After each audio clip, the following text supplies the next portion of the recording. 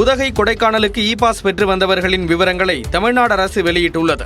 உதகை மற்றும் கொடைக்கானலுக்கு செல்ல இ பாஸ் அவசியம் என சென்னை உயர்நீதிமன்றம் உத்தரவிட்டது. அதைத் தொடர்ந்து மே 7ஆம் தேதி முதல் ஜூன் 30ஆம் தேதி வரை இ பாஸ் நடைமுறை அமல்படுத்தப்பட்டுள்ளது. சுற்றுலா பயணிகள் வந்து செல்லும் வகையில் தமிழ்நாடு அரசால் epass.tnega.org என்ற இணைய முகவரியும் அறிவிக்கப்பட்டு அதன் மூலம் இ பாஸ் வழங்கப்பட்டு வருகிறது.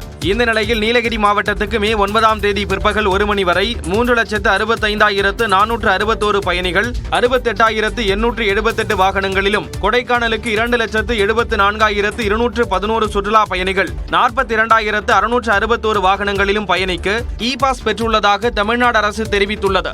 நீலகிரி மாவட்டத்துக்கு இ பாஸ் இல்லாமல் வருகை புரிந்த பயணிகளுக்கு சிரமமின்றி இ பாஸ் பெற்று வழங்கிடும் வகையில் சோதனை சாவடிகளில் சுமார் 15,707 பயணிகளுக்கு இ பாஸ் உடனடியாக பதிவு செய்து வழங்கப்பட்டதாக அரசு தெரிவித்துள்ளது. உதகையில் இன்று மலர் கண்காட்சி தொடங்குகிறது.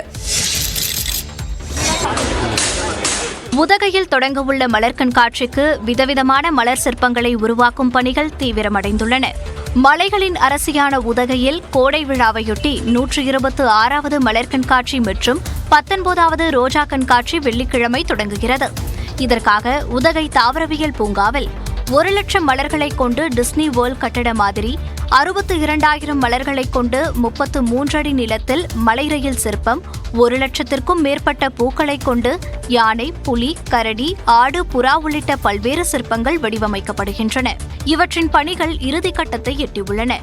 மலர் கண்காட்சியை காண ஆவலுடன் இருப்பதாக சுற்றுலா பயணிகள் தெரிவித்தனர். மெனி டைப்ஸ் ஆஃப் ஃப்ளவர்ஸ் நாங்கள் ரொம்ப என்தூவாயிட்டோம். என்னடா இவ்வளோ நல்லா ஃப்ளவர்ஸ் வச்சிருக்காங்களே அப்படின்ட்டு. நிறையா அனிமல்ஸ்லாம் வச்சு ரோஸ்லேயே வந்து இது பண்ணுறாங்க.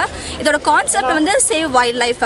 ஸோ நாங்கள் எல்லா ஃபேமிலியோட வந்து பார்த்து variety of animals, birds, elephant எல்லாமே வந்து ஃப்ளார்ஸில் டெக்கரேட் பண்ணிட்டு இருக்காங்க.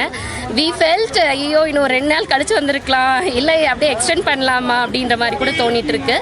மலர் கண்காட்சிக்கு ஏராளமான சுற்றுலா பயணிகள் வருகை புரிவார்கள் என்று எதிர்பார்க்கப்படுகிறது.